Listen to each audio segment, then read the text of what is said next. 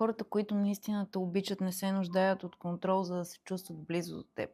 Не ти вменяват вина, когато избираш себе си, не се сърдят, когато търсиш мир, дори ако това значи, че ще те виждат по-рядко. Истинската любов във всяка връзка не е ще те обичам ако, а е ще те обичам дори когато.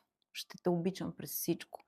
Хората, които те обичат истински, ще се гордеят с теб, когато започнеш да поставяш здрави граници. Ще ги отпразнуват с теб. Те знаят какво е да избереш себе си, защото вече са го направили. Те не искат достъпен вариант на теб. Искат истинския теб. Не те искат на ръба на изтощението. Искат те цял, сияещ и пълен живот. Тези хора не се плашат, когато растеш.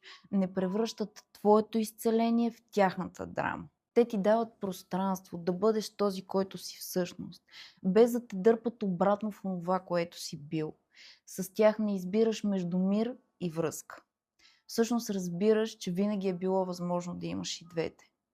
Когато започнеш да се обичаш напълно. Всичко това, което си тръгне, просто не е било твое. То не е било любов.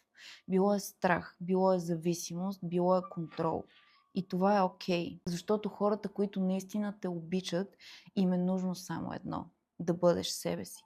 Аз съм Алис от Нова Инсайт и до нови срещи.